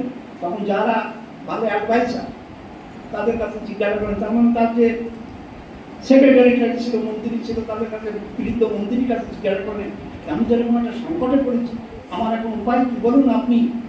তখন বললেন মহারাজের জন্য ভাববার কোনো কারণ নেই তো, আপনি এক কাজ করেন। কি কাজ? তো বলছেন এই যে বিগ্রহ, এইরকম 24টি বিগ্রহ তৈরি করুন আপনি, করে এই মেয়েটিকে বলুন যে তুমি যদি এই বিগ্রহকে যদি ভালোই বেশি থাকো, আর এই বিগ্রহ যদি তোমার প্রাণ অধিক প্রিয় হয়, তাহলে এই 25টির মধ্যে তোমার চোখ বেঁধে দেওয়া হবে, এর মধ্যে থেকে তোমাকে বেছে নিতে হবে। নিতাই গৌর হরিবল।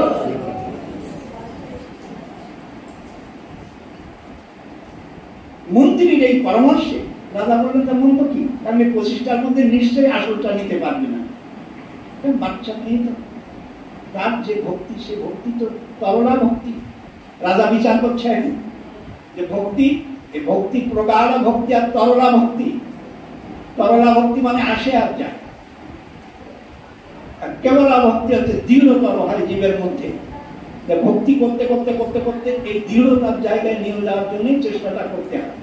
তার জন্য দরকার হচ্ছে সদ্গুরু শ্রী চরণাশ্রয়।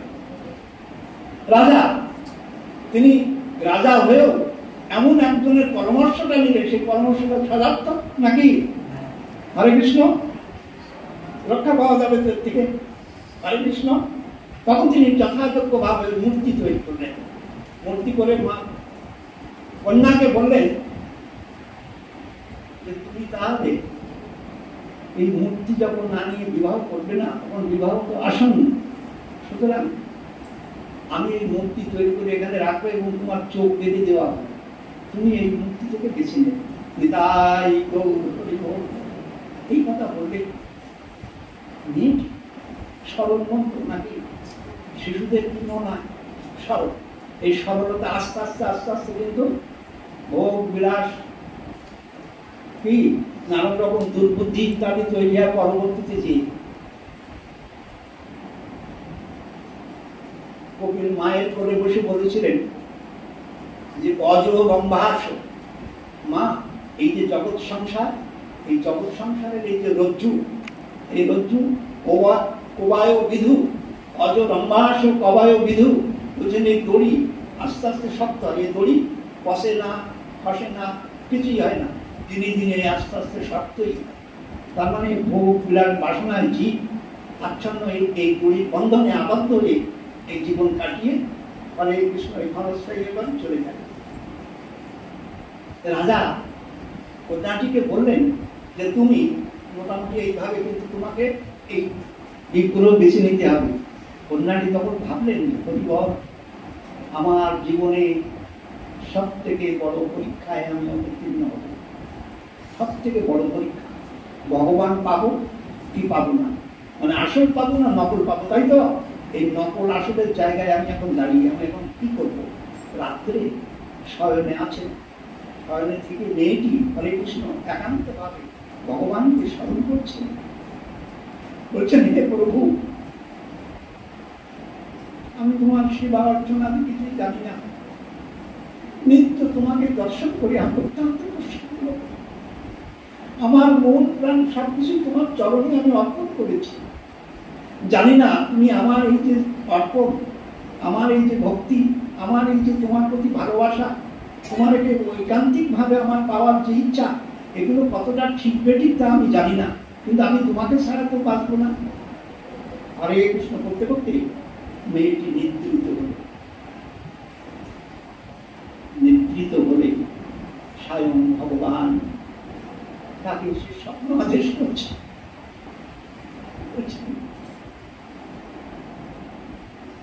তুমি আমাকে তো ভালোবাসো, স্বপ্নেতে কিন্তু কথা হচ্ছে, তুমি আমাকে ভালোবাসো, তা ভালোবাসাতে এক পক্ষের হয় না, আমিও তোমাকে ভালোবাসি। তোমার আন্তরিকতা, তোমার সেবা, তোমার মধ্যে যে আমার প্রতি একান্ত ভক্তি, এই সব কিছুতেই আমি প্রসন্ন হই, সুতরাং আমিও তো তোমাকে ছাড়া থাকবো না। হরে কৃষ্ণ, ভগবান বলছেন তোমাকে ছাড়া আমি থাকবো না। সুতরাং তো বলছেন আমার যে কালকে বড় পরীক্ষা, তো বলে এই পরীক্ষায় তুমি অবতীর্ণ হবে, কোনো ভয় নেই, কারণ আমি তোমার তো সহায় আছি। তো বললেন আমি কি করে বুঝবো? তো বললে এই যে মূর্তিগুলো, এই মূর্তিগুলো তুমি যেতে যেতে যেটার গায়ে স্পর্শ করলে তোমার হাতে তাপ অনুভব হবে, সেটা বুঝবে যে আমি। জয় জয় শ্রী নিতাই গৌর হরিবল। ভগবান নিজে বললেন এই কথা। কাকে বললেন? একান্ত যে ভগবানের সেবা করে তাকে বলে তাকে প্রসন্ন করলেন, কারণ সে তো অপ্রসন্ন অবস্থা ছিল। তার মধ্যে ভগবানের যে বিরহ, সেটা তাকে গ্রাস করেছিল। সেই বিরহ গ্রাসে সে যখন সেই ভগবানের কথা ভাবতে ভাবতে ভাবতে ভাবতে যখন সে নিদ্রিত হল, তখন ভগবান স্বয়ং এসে আসবেন, এসে তাকে বললেন, তোমার কোনো চিন্তা নেই, আমি আছি তো তোমার। ভক্ত অধীন বলছেন ভগবান ভক্তকে প্রসন্ন করার জন্য তিনি এই ধরাভূমিতে অবতীর্ণ, গভীর ঋণ শোধ করার জন্য ভগবান শ্রীকৃষ্ণ এলেন কোথায়? গোলক দিয়ারি হরি এলো নদিয়ায়, রাধাঙ্গ কৃষ্ণাঙ্গ মিলে হলো শ্রী গৌরাঙ্গ, সাঙ্গ বঙ্গ সঙ্গ করে হরির নাম বিলায়, পিতার রূপ মাধুর্য, হার মানে চন্দ্র সূর্য, মায়া কুচ্ছরিকা কাটে যাহারই কৃপা। ভগবান গৌরী কৃপা করে মায়ার যে জগৎ, এই মায়ার জগৎ থেকে জীবের প্রসন্নতা, মায়া কুচ্ছরিকা দূরীভূত হয়। সেজন্য আমরা সমস্ত কর্মাদির আগে কি করি? পরিবার পঞ্চতত্ত্ব বন্দনা করি। তার মানে আগে গৌর বন্দনা, আগে গৌরের সেবা, আগে গৌরের কৃপা। এই গৌর হরির কৃপা লাভ হলে হরে কৃষ্ণ, কারণ তিনিও কি বলছেন? তিনি তো কি বলছেন? রাধাঙ্গ কৃষ্ণ মিলে হলে তো শ্রী গৌরাঙ্গ। সুতরাং যুগল সেবা যে আমরা যে কথাটা বলি, হরে কৃষ্ণ, প্রকারান্তরে গৌরকে সেবা করলে যুগলের সেবা করা হয়। রাজকন্যা পরের দিন সকালে প্রসন্ন হয়ে একদম কি করলেন? ভোর বেলা সেদিন উঠেছেন, ব্রহ্ম মুহূর্তে উঠেই নিজেকে প্রসন্ন করে মন্দিরে গেলেন। যে ভগবানকে সেবা দিচ্ছেন সেদিন নিজে গুছিয়ে সেবা দিচ্ছেন, মানে বিবাহ তো আগত। সুতরাং ভগবান যখন নিশিতে আমাকে আমার প্রতি প্রসন্ন এসেছেন, সেদিন অন্য একটা ফিলিংস নিয়ে, অনুভূতি নিয়ে মেয়েটি সেদিন সেবায় বসেছে। সেবায় বসে তখন বলছেন,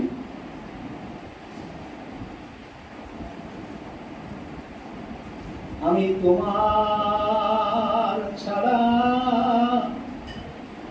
কারো নহি,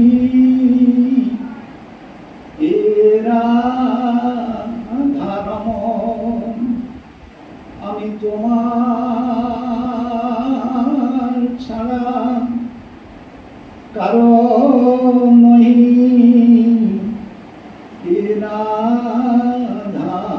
রাধারমণ। আর নয়ন বসিত হচ্ছে। হরে কৃষ্ণ। ভগবানের সেবার সমাধি করার পর সেই যে পরীক্ষা মঞ্চ, সেই পরীক্ষা মঞ্চ মেয়েটিকে আনা হলো। রাজা এবং মন্ত্রীরা সকলে তো প্রসন্ন অবস্থায় আছেন। হরিবল কেন? এই প্রচেষ্টার মধ্যে নিশ্চয়ই আসল মুক্তিটা যাবে না, যে কোনো একটা নকল মুক্তি এই বাচ্চা মেয়ে গ্রহণ করবে, আমাদেরও পারপাস সার হবে আর মেয়েটিও প্রসন্ন হবে, নিয়ে যাচ্ছে মুক্তি।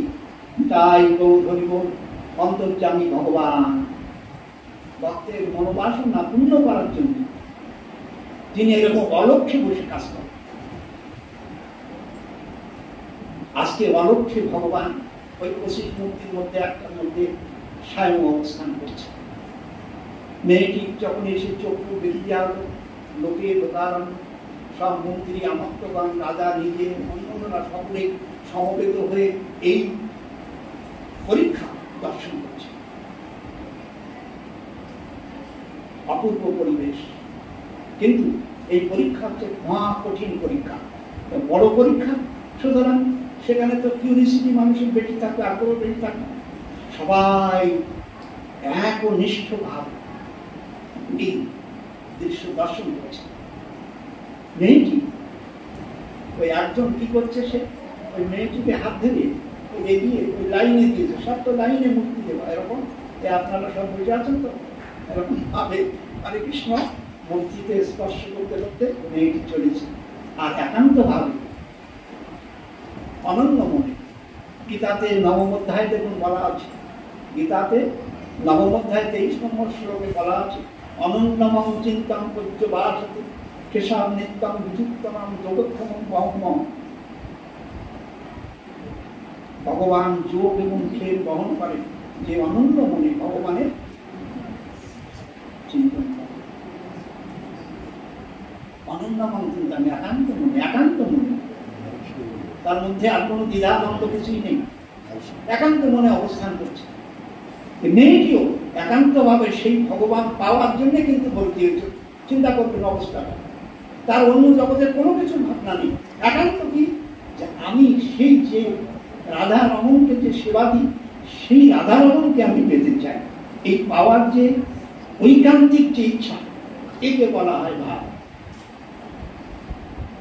ভগবানের ভাবনায় ভাবিত হওয়া, একান্ত ভাবে ভাবিত হয়।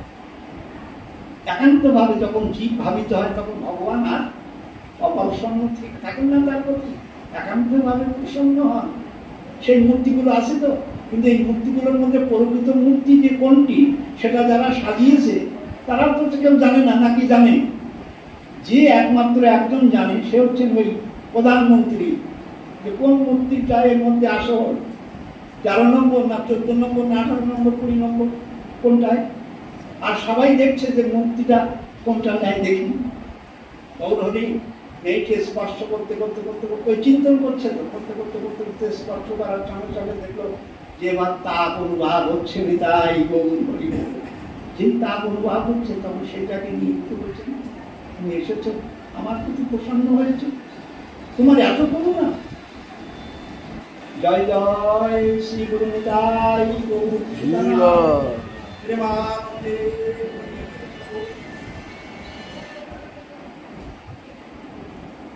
ভগবান ভক্তকে এইভাবে কৃপা করেন, এটা হচ্ছে তার কৃপা। তার কৃপা করতে গেলে কি হয়, করে পাওয়ার নাম কৃপা, করে পাওয়ার নাম হচ্ছে কৃপা। তুমি পারো পাবে, এই করে পাওয়ার নাম হচ্ছে কৃপা। হরে কৃষ্ণ। এখন আমরা টাইম কত আছে? আছে তো এখন? হরে কৃষ্ণ। করে পাওয়ার নাম হচ্ছে কৃপা। এই কৃপা লাভ করার জন্যই প্রবৃত্তি হতে হয়, সদ্গুরুর আশ্রয় করতে হয়, সদ্গুরুর কাছে হরে কৃষ্ণ তার চরণে ঐকান্তিক ভক্তি দরকার, গুরু ভক্তি। এই গুরু ভক্তি সম্বন্ধে বহু গ্রন্থে বহু রকম বর্ণন করা আছে। শুধু ভক্তি। ভক্তি দ্বারা কি হয় বলেন, জগৎকে জয় করা যায় ভক্তির দ্বারা। সে কোন ভক্তি? বিশুদ্ধ ভক্তি। বিশুদ্ধ ভক্তি আসে কিসের দ্বারা? আগে জ্ঞান, তারপরে বৈরাগ্য। দেবর্ষি নারদ বৃন্দাবনের উপর দিয়ে আসছে, চলেছে,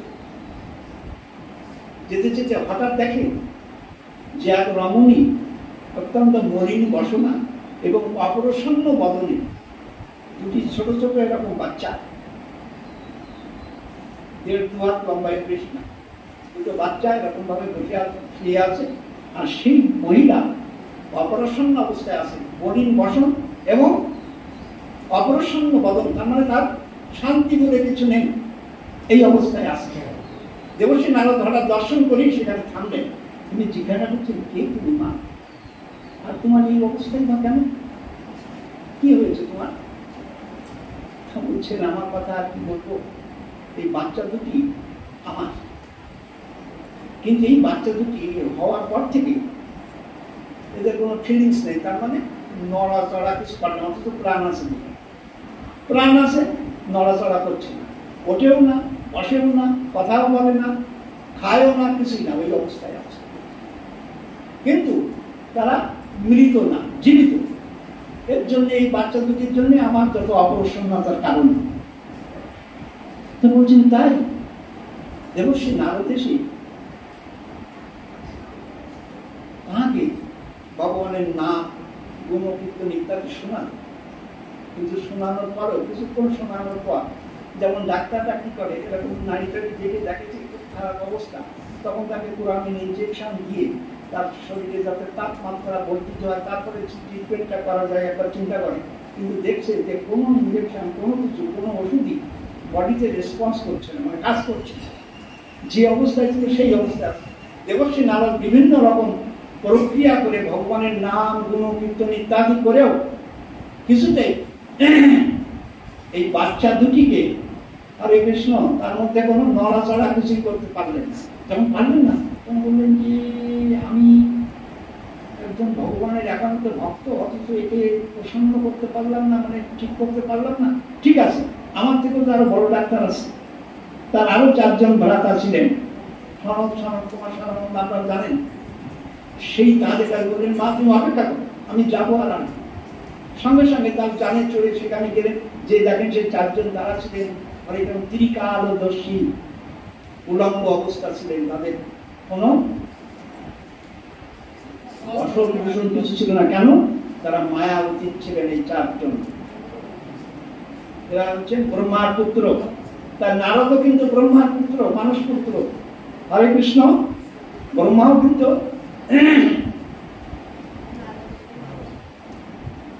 ব্রহ্মা হচ্ছেন পিতা, নারদ হচ্ছেন তার পুত্র। আর এই 4 জনই হচ্ছেন ব্রহ্মার পুত্র।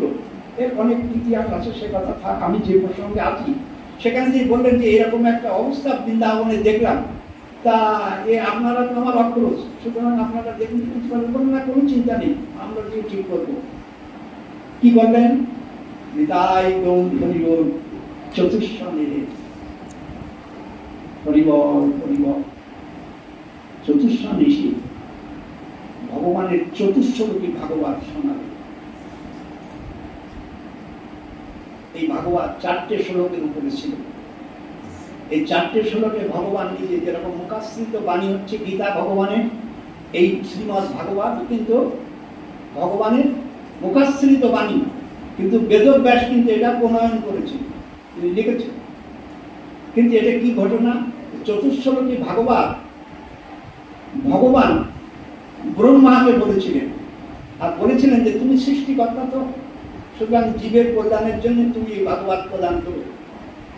ব্রহ্মা ভাগবত পেলেন, কিন্তু তিনি যখন ভাবলেন যে আমি কোথায় কি করব, আমার এই যে পুত্রটি সদা সর্বমত্ত পাতাল বিচরণ করে, একে দান করলেন। তখন তাকে দান করলেন, তাকে দান করলেন। আর বললেন, দান করলেন তো কাকে? দেবর্ষি নারদকে। নারদ তখন এই চতুষ্শ্বরকে ভাগবত নিয়ে বললেন যে এটা আমি কি করব, আমি তো খুব একটা সেরকম ভাবে ফাংশন করতে পারবো না, কারণ আমি অশান্ত। সুতরাং আমার যে শিষ্য আছে বেদব্যাসকে দান করে, তখন এই বেদব্যাসকে শ্রীমৎ ভাগবত দান করেছিলেন। আর বেদব্যাসের অনেক খুব সুন্দর, আপনারা এই আগামীকাল থেকে তো কাল না পশু থেকে বোধহয় সন্ন্যাসীরা আসবেন পাঠ করতে, মানে ঋষিরা আসবেন। আমি তো সংসারী লোক, সুতরাং সংসারের কথা বলতে বলতে এই জায়গায় এসেছি। আগামী দিন, আগামী কাল, পরশু, তারপর দিন থেকে কি শুনবেন আপনারা? হরিবল সাধু মুখে হরিকথা, সাধু মুখে হরিকথা শ্রবণ করবে। দেবর্ষি নারদ যখন তাদের দিকে আনলেন, তখন তারা এসে কি করলো? ওই ছেলে দিদিকে হরিবল চতুর্থরূপী ভাগবত শোনাতে লাগলো। যখন শোনাতেন, শোনানোর সঙ্গে সঙ্গে তারা নড়াচড়া করতে লাগলো। কিছুক্ষণ পরে আস্তে আস্তে তারা উঠে বসার চেষ্টা করতে লাগলো। তখন তার মা কি করলো? বসে আছে তো, ওই মা তখন তাদের আস্তে আস্তে হাত ধরে তুলে বসানো। বসানোর পর তারা উঠে দাঁড়ানোর চেষ্টা করলো। বলতে বলতে বলতে বলতে সঙ্গে সঙ্গে সেই বাচ্চা দুটি আস্তে আস্তে আস্তে দাঁড়িয়ে গেল। দাঁড়িয়ে গিয়ে যখন হাঁটতে আরম্ভ করলো বাচ্চা, তখন তার মা মনে মনে ভাবছে যে হরিবল পুড়ে যেতে পারে তো। সঙ্গে সঙ্গে দুটি বাচ্চা নেতাই গৌর হরিবল হাত দুটি ধরবে আর নিজে উঠে দাঁড়াবে। নিজে উঠে দাঁড়িয়ে ওই বাচ্চা দুটি হাঁটছে আর মা তাকে সাহায্য করে করে এগোচ্ছে। এগোতে এগোতে এগোতে এগোতে একটি বাচ্চা হঠাৎ মায়ের হাত থেকে হাত ছাড়িয়ে নিল ইচ্ছাকৃতভাবে। ছাড়িয়ে সে নিজের মতো নিজে মায়ের দিকে ফিরে না তাকিয়ে সোজা হেঁটে চলে গেল। মা একটি বাচ্চা নিয়ে চলেছেন। আরো কিছুদিন যাওয়ার পর মায়ের হাত থেকে আরো একটি বাচ্চা নিজে এরকম হাত, মা ধরে রেখেছেন তো, মায়ের হাত থেকে এরকম ভাবে ছাড়িয়ে নিয়ে নিজেই চলে গেল। যেই বাচ্চা দুটি চলে গেল এই অবস্থায়, আর দেবর্ষি নারদ চতুর্শ্লোকী ভাগবত শুনিয়ে চতুর্থরা যখন চলে গেলেন, দেবর্ষি নারদ কিন্তু এই দৃশ্য দর্শন করছে। কোথায়? বৃন্দাবন। যে রমণী অপ্রসন্ন অবস্থায় ছিলেন, তিনি এরকম এই রত্না দেবীর মধ্যে এসে হাজির হলেন। হাজির হয়ে তখন বলছেন, কাকে বলছেন? দেবর্ষি নারদ মহিলাকে বলছেন, তুমি মা কে? আর এই ছেলে দুটি বা চলে গেল, এখন তো দেখছি তুমি বেশ অপ্রসন্ন, তোমার এই অপ্রসন্নতা কেটে গেল, কে তুমি মা? তখন বলছেন মহিলা, তখন বলছেন যে আমি হচ্ছে ভক্তি দেবী। আরে কৃষ্ণ বলছেন ভক্তি দেবী হচ্ছেন বন্ধা। ভক্তি দেবীর নিজের কোনো ক্ষমতা নেই কিছু করার। ভক্তি দেবী, আমি ভক্তি দেবী, আর আমার এই সন্তান দুটি, এটা হচ্ছে একটা হচ্ছে জ্ঞান আর একটা হচ্ছে বৈরাগ্য। ভাগবত শ্রবণ করার পর ওই জ্ঞানটা আগে হাত ছাড়িয়ে চলে গেল। তার মানে জ্ঞানের পরিপূর্ণতা এসে গেলে জীবের মধ্যে, তারা বই পড়ার দরকার হয় না তো। তাই গৌর হরিবল ভারতবর্ষে যত মন্দির বৃন্দাবনে সর্বস্বামীরা তৈরি করেছিলেন, কোনোটাতে নিজে কিন্তু সেবা করতেন না, সব সেবায় লেগেছিলেন। সেবা কর্মাদি বিভিন্ন ব্রাহ্মণদের নিয়ে সেখানে সেবার ব্যবস্থা করেছিলেন। তারা বড় বড় পরে মহারাজ হয়ে গিয়েছিলেন এক একজন, কিন্তু তারা নিজেরা মন্দিরে সেবা করতেন না। সনাতন গোস্বামী যে মন্দির করেছিলেন, সেই মন্দিরের সেবার কর্মে যুক্ত করে তিনি কোথায় থাকতেন, অবস্থান করতেন? তিনি হরে কৃষ্ণ রাধাকুণ্ডের কাছে, যেটা হচ্ছে আমাদের গিরি গোবর্ধন, সে গোবর্ধনে একটা ছোট একটা কর্মকুটি করে সেখানে থাকতেন, অনেক ভালো মন্দির করে সেখানে রেখে গেছে। সেবা করতেন না, তাহলে সেবায় কারা? অন্যদের যুক্ত করে তিনি গেছেন, ওখানে থাকতেন। একদিন হঠাৎ ভোর রাত্রে সনাতন গোস্বামী স্বপ্ন দেখছেন, মানে গোপাল যে বলছে যে ওরা যা রান্না করে সে রান্নার ঝালটাল বেশি দেয়, আর আমি ওই ঝাল তেমন ভাবে খেতে পারি না।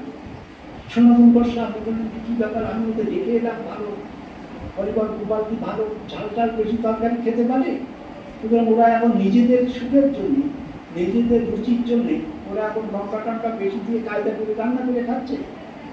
ঠিক আছে, পরের দিন সনাতন গোস্বামী এখানে আসতেন না প্রসাদ নিতে কোনোদিন, ভোর রাত্রে চলে আসেন।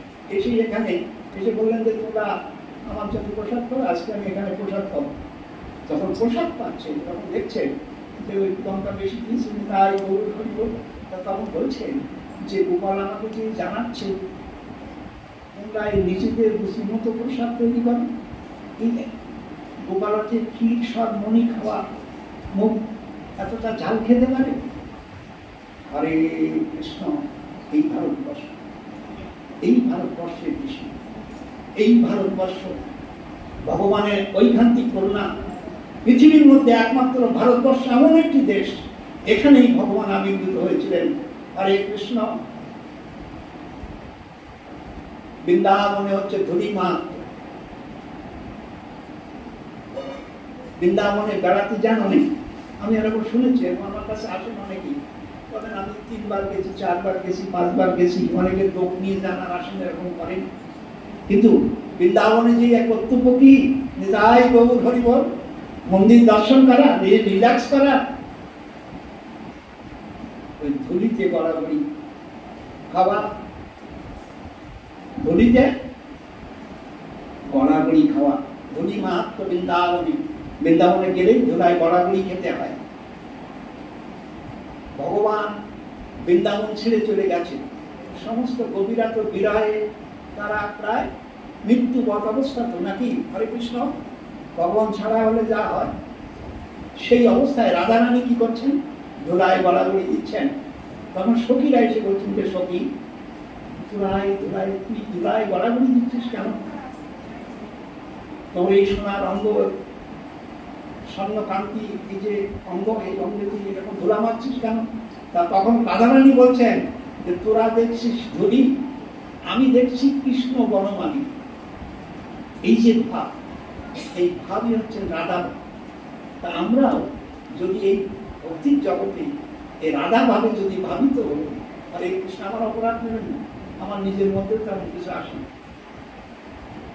বলার সময় তো এরকম রাধা ভাবে ভাবিত হবে। তা যিনি রাধা ভাবে ভাবিত হবেন, তা রাধারানী তখন গলাগলি দিচ্ছেন আর কি বলছেন যে তোরা দেখছিস তো ধুলি, আমি দেখছি কৃষ্ণ বনমান। ধুলির মধ্যে কৃষ্ণ বিরাজমান। যেতে যেতে সখীরা তুলে নিয়েছেন, এমন সময় কমল বৃক্ষ দর্শন করে কমল বৃক্ষকে রাধারানী ভাবাবিষ্ট হয়ে জড়িয়ে ধরেছে। তখন বলছেন যে সখী, এটি তো কমল বৃক্ষ। তা বলছেন তোরা দেখছিস কমল বৃক্ষ, আমি দেখছি কৃষ্ণ কমলাক্ষ। এই যে ভাব, এই ভাবই মানুষকে প্রসন্ন করে। রাধারানী এই যে ভাবে ভাবিত হয়েছিলেন। হরে কৃষ্ণ। ভগবান রাধারানীর চরণে কি বলেছিলেন? আর এবার সব থেকে বড়, আমাদের প্রতিদিন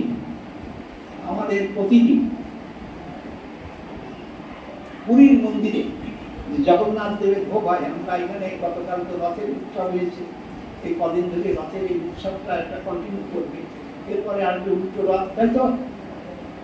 ভগবান আবার মন্দিরে ফিরে যাবেন, হ্যাঁ তাই তো?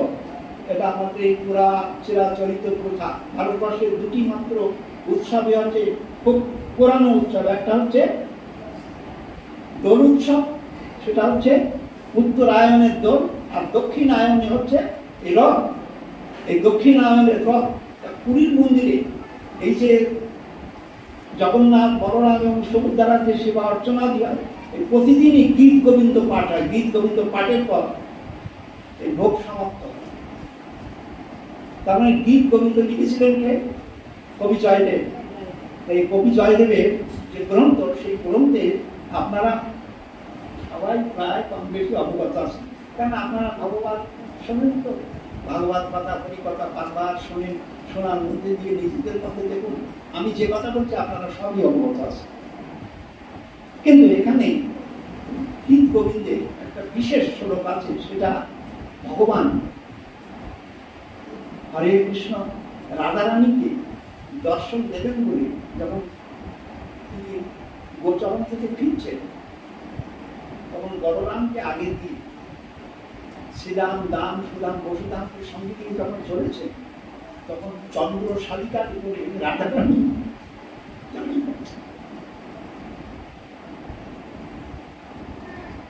বধূ পদম দর্শন করতে, কৃষ্ণের পদম দর্শন করতে বলে দাঁড়িয়ে আছে।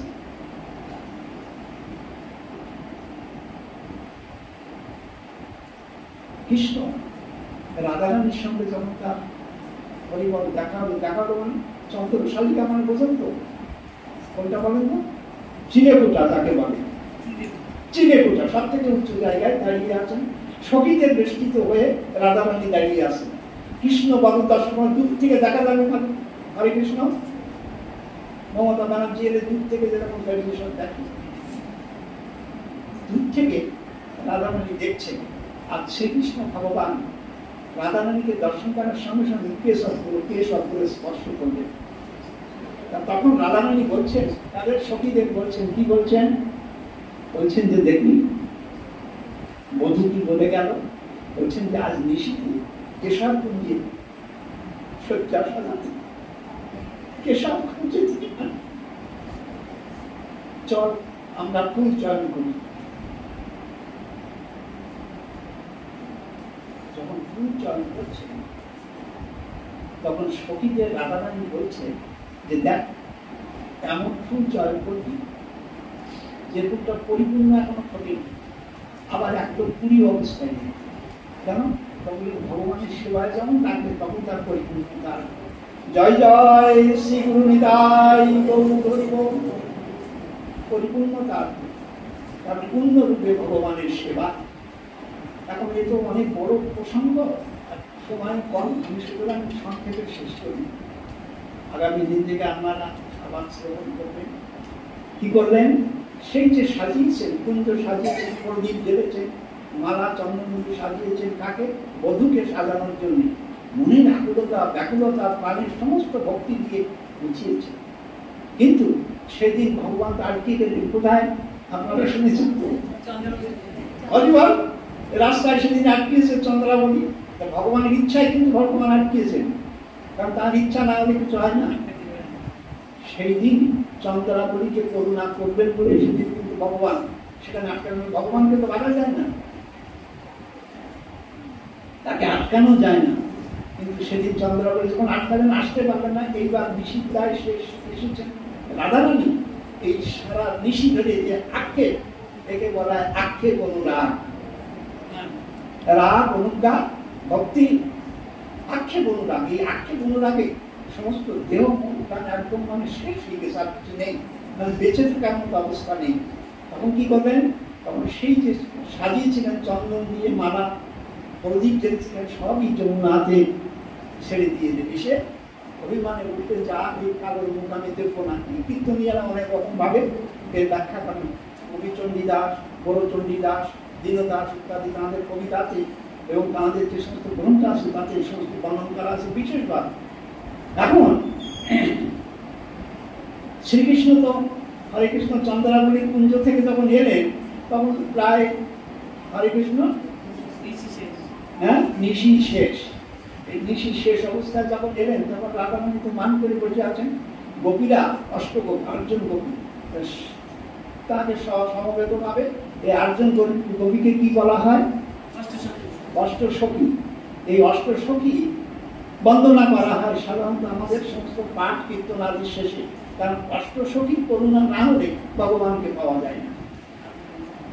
তাহলে কি করলো? তখন ভগবান যখন এলেন তখন সখীরা তার দূর থেকে দেখে বলছেন তোমার কপালে আজকে দুঃখ আছে। দেখুন ভক্তি, এখানে ভগবান ভগবান বলে তারা ভাবছেন না, কি ভাবছেন? সখা রূপে, প্রেমিক রূপে, একান্ত অন্তরঙ্গ রূপে। এই যে ভাবটা এসে যখন আর কি হাজির হলেন, তখন এসে তখন রাধারানীকে সদা অনুরোধ করেও তাকে কিছুতে মান মানতে পারবেন না। ঠিক এই জায়গাতে শ্রী কবি জয়দেব কি লিখলেন? সারল গরল খন্ডারাম মম কি রচি মন্ডলাম, এই পর্যন্ত লিখে পড়াতে দেই পদ পল্লব প্রদান। এই দেই পদ পল্লব প্রদান মানে হরে কৃষ্ণ ভগবান একান্ত ভাবে তার চরণ বলছেন তোমার চরণ থেকে আমি মস্তকে ধারণ করি। তাহলে গোপী প্রেম, এই যে প্রেম ভক্তি, এই প্রেম ভক্তির চরম প্রকাশটা হচ্ছেন এই রাধারানী।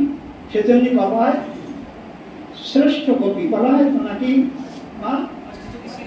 অষ্টসখীর শিরোমণি রাধা মাধব। তা আমরা আজকে এই পর্যন্ত আমাদের আজকে সমাপ্ত হোক। কি হচ্ছে? আমরা আজকে এখানে এসেছি কেন?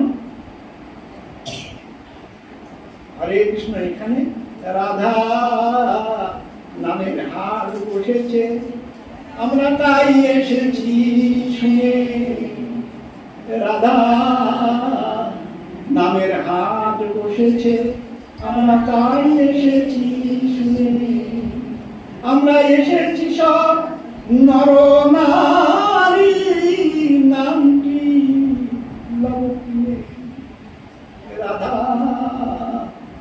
নামের হাট বসেছে, আমরা তাই এসেছি শুনে। আমরা এসেছি সব এই নর নারী রাধার নামটি লবকিয়ে। হরে কৃষ্ণ হরে কৃষ্ণ কৃষ্ণ কৃষ্ণ হরে হরে, হরে রাম হরে রাম রাম রাম হরে হরে। আপনারা সকলে শেষে এই পারম ব্রহ্ম নাম গান, কারণ নামে কি হয়? হরে কৃষ্ণ নাম, নাম আর নাম অভিন্ন, সুতরাং নাম করতে হয়। আপনার হরে কৃষ্ণ হরে কৃষ্ণ কৃষ্ণ কৃষ্ণ হরে হরে, হরে রাম হরে রাম রাম রাম হরে হরে, হরে কৃষ্ণ হরে কৃষ্ণ কৃষ্ণ কৃষ্ণ হরে হরে, হরে রাম হরে রাম রাম রাম হরে হরে। জয় রাধে জয় রাধে জয় রাধে। রাধা রানীর জয়। প্রেম से बोले जा तो श्री राधा रानी की, अपना अपन गुरुदेव की, अपना अपन गुरु धाम की, श्री नवद्वीप धाम की, श्री वृंदावन धाम की, श्री राधा कुंड की, श्री श्याम कुंड की, श्री गोवर्धन की, अनंतपटी साधुगुरु वैष्णव की, तुलसी महारानी की। आज এই যে জায়গাটা সাধারণত এটা হচ্ছে ধান্যপুরিয়া এই সারাউন্ডিং এর মধ্যে রাধা দামোদর ধাম। এই ধাম পাতার অর্থ কি? তীর্থস্থান পাতার অর্থ কি? আপনারা এর পরের দিন যখন আর কি সাধুরা আসবেন তাদের কাছে শুনে নেবেন ধামে গেলে কি হয় আর তীর্থস্থানে গেলে জীবের কি হয়। আর আবার মহারাজ পরিবার আমাকে খুব স্নেহ করে, যার জন্যে আমি এসেছি। হরে কৃষ্ণ। আমার এই যে মহারাজের সঙ্গে আমার যে পরিচয়, এই পরিচয়ের একজন ঘটক ছিল। কারণ ঘটক না হলে কোনো কাজ হয় না। সেই ঘটক হচ্ছে রত্নাদেবী। এনাদের বাড়িতে আমি এসেছিলাম কোনো এক সময়, সেখান থেকে মহারাজের সঙ্গে আমার পরিচয়। আর সেখান থেকে গত বছর আমি এসেছিলাম, আর এবছর আপনাদের এই সান্নিধ্য লাভ করে আর কি বলবো, আমার শেষ পর্যন্ত একটা কথা আপনাদের কাছে বলবো। কি আমার মনের ইচ্ছার কথাটা বলবো, আপনারা সবাই বলুন। মহারাজ পরীক্ষিত যেমন ভাগবত শ্রবণ করে বলেছিলেন যে আপনারা আমার প্রতি প্রসন্ন হয়েছেন, তো মানে সাধুরা প্রসন্ন না হলে কিছু হয় না। মহাদেব করুণা দরকার। সুতরাং আপনারা সকলে আমার প্রতি করুণা রাখুন। আপনারা পরম ভক্ত ভগবানের এই মন্দিরে আজকে এসছেন, আপনাদের এই ঐকান্তিক যে প্রীতি ভালোবাসা ভগবানের প্রতি, আমার প্রতি আপনারা করুণা রাখুন। আমার জন্য সব করতে বুঝতে আমি যেমন দুর্বুদ্ধি আমার মধ্যে তৈরি না হয়, কারণ এই জগতের দুর্বুদ্ধি তো আমাকে গ্রাস করে রেখেছে। আপনারা সকলে সাধু, সজ্জন আপনারা শুদ্ধ চেতনায় এসেছেন শ্রীমদ্ ভাগবত কথা হরি কথা শ্রবণ করতে। আপনারা আমার প্রতি করুণা রাখুন। আবার যদি কোনো সময় জলাভূমিতে আসি, তো এরপরে যদি থাকি, তাহলে আপনাদের সঙ্গে আবার আমার পরিবার কি হবে, আপনাদের করুণা লাভের জন্য আমি আবার এখানে আসবো। আর যদি না থাকি তো এই পর্যন্ত বিদায় গৌর।